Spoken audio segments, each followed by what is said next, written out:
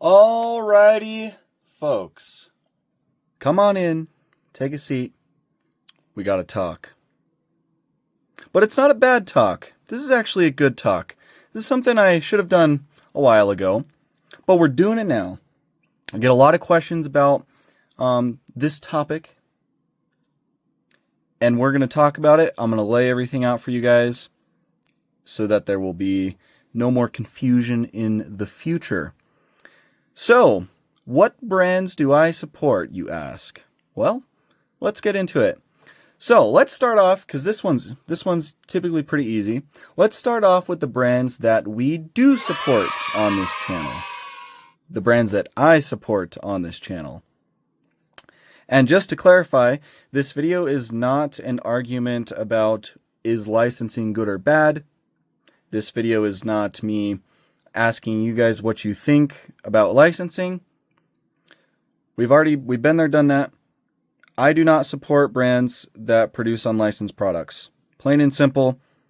If you don't like it, there's other channels that make content on that stuff.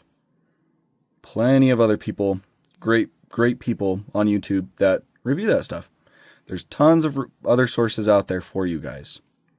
I appreciate your support, but this is where I'm putting my foot down. I'm drawing the line in the sand, and we're not going to cross it. Not here. All right, so the brands I do support. Let's get into it. So, of course, Mini GT. We know and love Mini GT, at least I do. Always licensed. Everything's great. Mini GT goes above and out of their way to license everything. Going along with Mini GT, Kaido House. Kaido House is also great. Everything they make is licensed. BBR models. These are obviously produced by Mini GT, but BBR designs them and does their own licensing in Italy. These are all always good to go. Licensed. Great. Tarmac Works. Same situation. Always licensed. They are awesome. We love Tarmac Works. Well, we kind of have a love-hate relationship with Tarmac Works, but we love their licensing. Their licensing is awesome. Next up, Spark or Sparky. Another legit brand. They've been around for a really long time. They're always legit. Schuko. Schuko is another brand. I believe Schuko is German, actually. They're always legit. Their products are good to go. Mini Champs. Again, been around for a really long time. Everything's licensed. They're good. Tomica. Tomica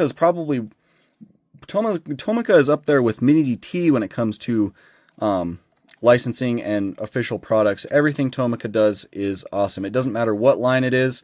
Obviously, I have a limited vintage Neo here because this is a premium channel, but Tomica is good. Kyosho. Holy moly, that thing's dusty. Kyosho is another brand that is legit. They don't make a lot of 1/64 scale anymore, but there's a ton of it out there. Kyosho is good. Poster Cars, another brand. Everything is good from Poster Cars. I was going to try to stack all this stuff up in the background, but it might not happen. LCD Models. They are always legit. LCD Models is amazing. Almost Real or AR Box. Again, been making models for a long time. Everything is always good to go with licensing. No worries there. Motor Helix.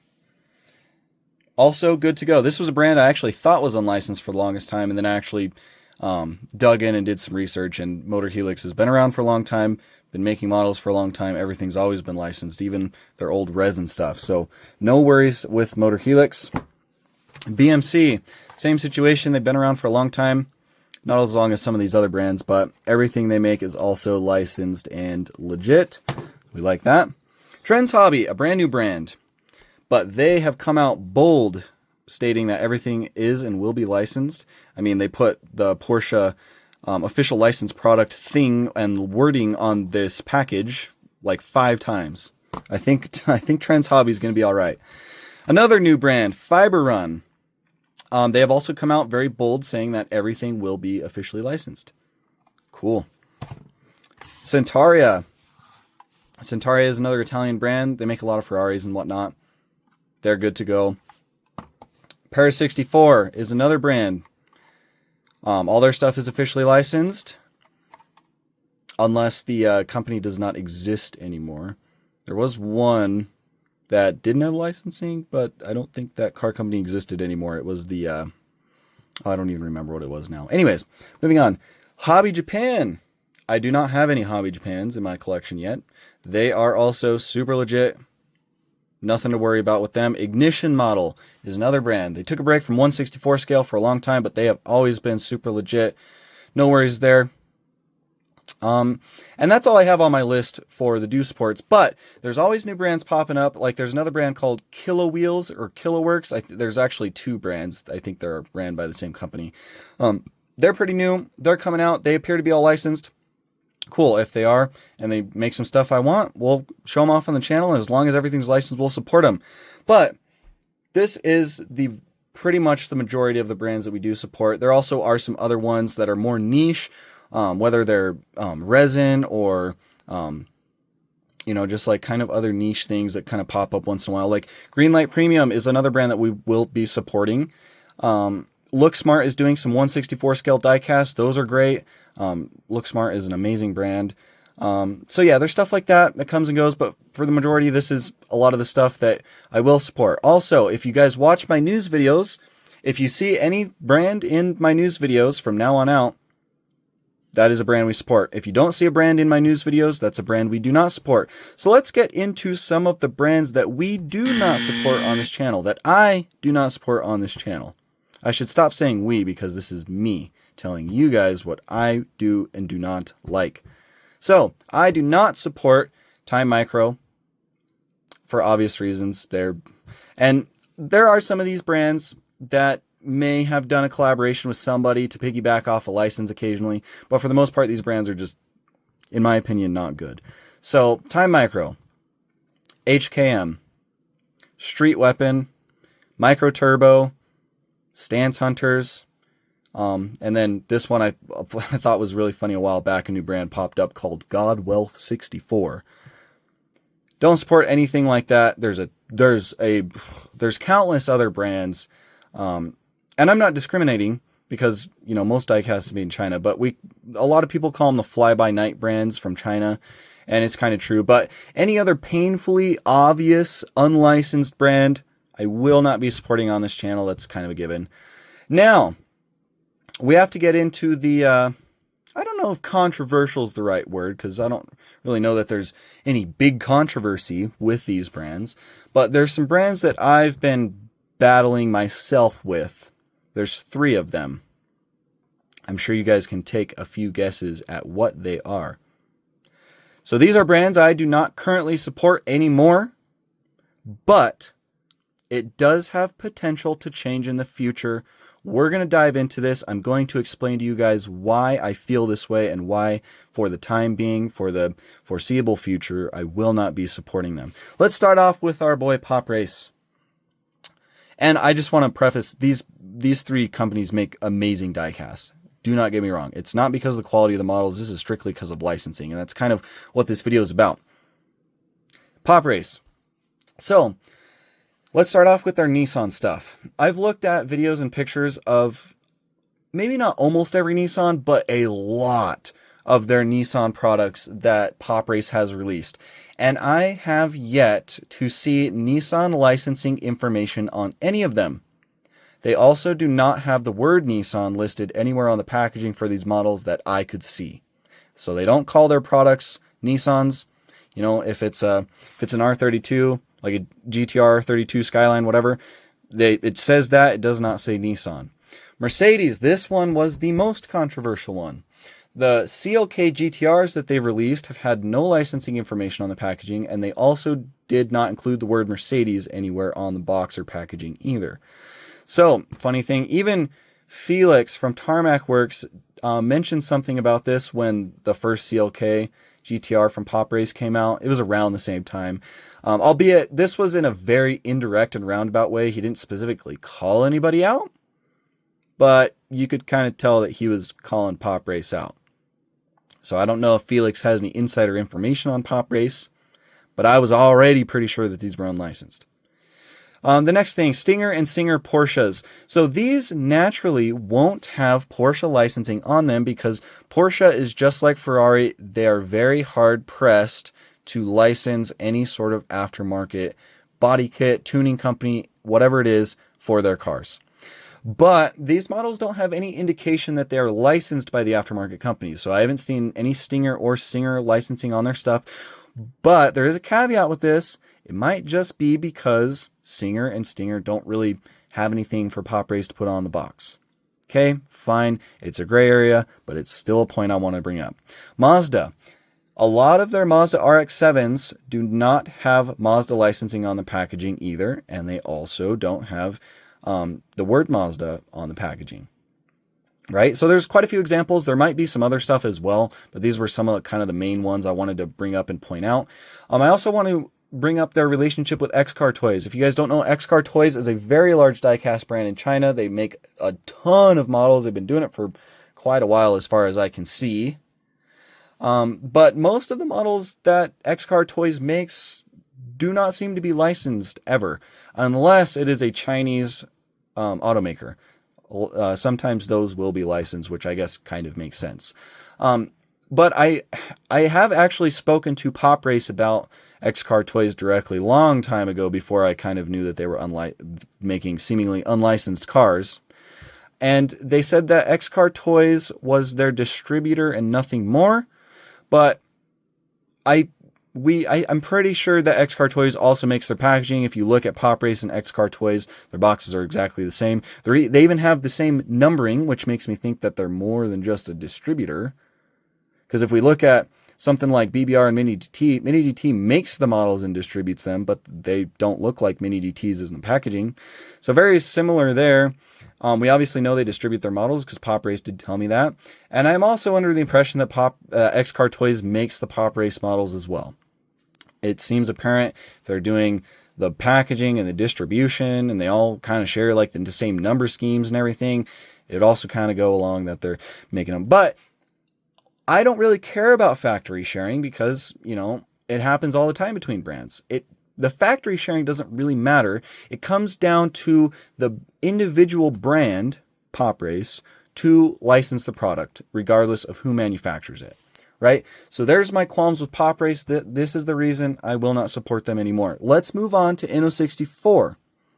So, Inno64 has been kind of an interesting one, and it's been very painful for me to see this happen with Inno64 because Inno64 has been a legit brand for a very long time. Inno64 makes really cool cars. While I'm not necessarily the biggest JDM fan, they make really, really good cars. So, first order of business with Inno64 is Liberty Walk. This is kind of an interesting situation because I don't agree with what happened. And I'm actually kind of on Inno64's side.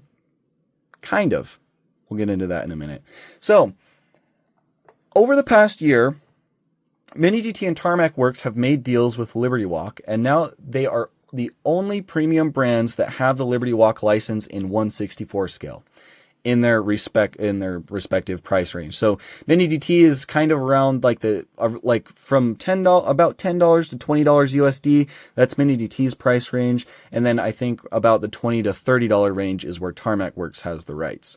So this means that Inno64 was cut off from making Liberty Walk models, but they kept making them anyway. They've released, I think I've seen at least 4 examples of the Liberty Walk Nissan GTR R35 that did not have any Liberty Walk licensing on the packaging. Right? So, like I said, I don't necessarily agree with the decision made by Liberty Walk cutting them off. Honestly, mainly because I think it was pushed really hard by Mini GT. There's been no official confirmation for this. Of course, why would Mini GT admit to this?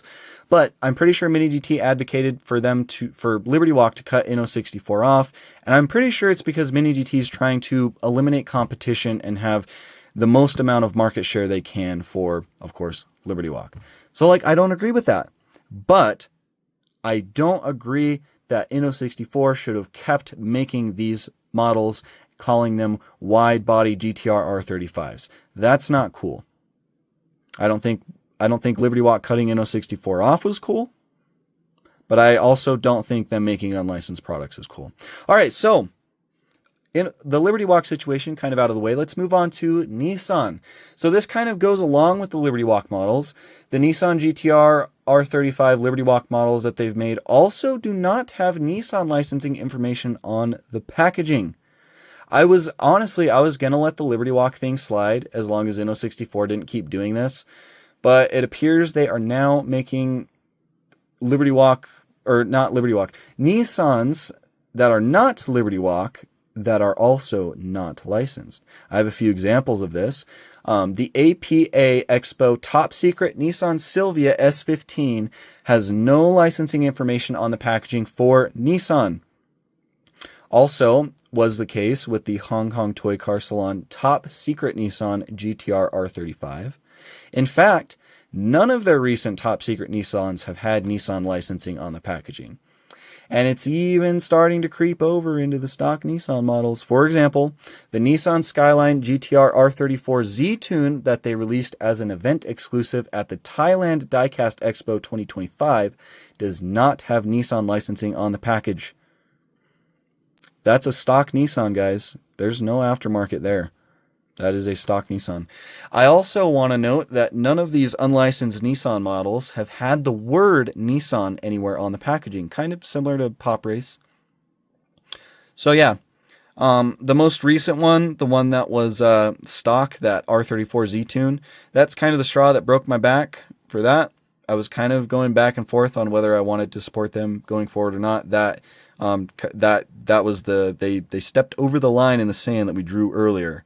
So, yeah, the next and last brand that we're going to be talking about is CM Model. Now, we kind of have made a video on this before because I was very upset about it. But Koenigsegg,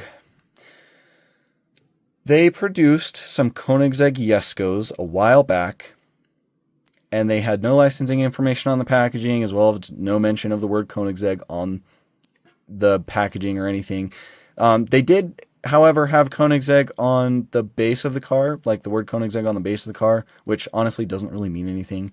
But yeah, so CM Model, that's the only thing they've slipped up on that I've noticed. I have looked into quite a bit of their models. I do follow these brands very closely, and I do pay attention to whether people are making unlicensed stuff or not, because it's a very important thing to me.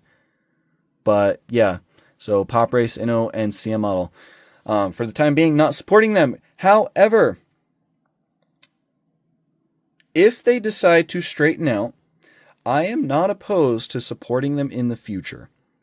I've actually been considering giving CM Model another chance, since, like I said, they only seem to slip up on that one casting, the Yeskos, and they haven't made any more Koenigsegg castings after that. Pop Race and Inno64 would be a little bit harder to forgive. It would probably take a public statement by those brands explaining and showing proof that everything has been and will be licensed in the future. Or with Pop Race, if they started putting licensing information on all of the packaging going forward, especially the cars that currently don't have it, and this is assuming they do have licensing for it, I could possibly forgive them in the future, but they'd have to do it for every model that is seemingly unlicensed. For Inno64, if they begin to continue putting Nissan licensing, because let's be honest, Nissan and Inno have worked closely for a really long time. It kind of seems like Nissan dropped their licensing after the Liberty Walk thing. That's just my suspicion. But if they continue to put Nissan licensing on their Nissans and stop making Liberty Walk cars, I could probably forgive them over time as well. So like I said, I can forgive these brands, but it will take a lot of transparency on their part before that will happen. So, yeah, I really didn't want to stop supporting these brands, but putting licensing info on the packaging is really the only sure way for us as collectors to know whether a model is legit or not.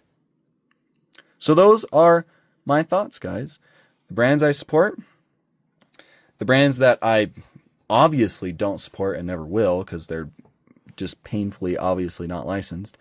And then the controversial three that we're not going to support going forward indefinitely, but could change if they straighten out.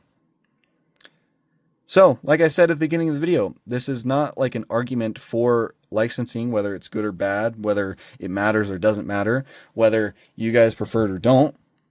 We've had the discussion before. I'm sticking true to my roots that I will not support unlicensed models, so that's why we're making this video. So you guys kind of know what to expect going forward. Like I said, keep an eye on the news videos. If there's a brand that pops up in there, it's probably a brand that I've done some research into and am willing to trust.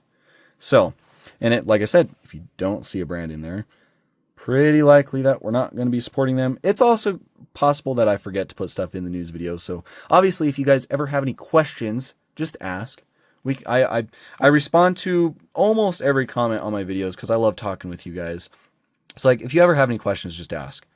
But yeah, this is, the sand is here. The line is there. That's how the channel will be moving forward. Just wanted to kind of be transparent with you guys so you guys know what to expect and kind of give some reasoning as to why I don't support these brands, because I get a lot of questions on why I don't support Pop Race and Inno64, sometimes CM as well. But yeah, it's all out now. You guys know what to expect. We're good here. Yeah. All right, you guys are free to go. I really appreciate you guys watching. We are closing in on 5,000 subscribers, which is absolutely insane to me. It blows my mind every time I hop on YouTube and see that. So I really do appreciate you guys. Yeah, let me know if you guys have any questions down in the comments below. As always, I appreciate you guys watching the videos. It really means a lot to me, and I'll catch you guys in the next one.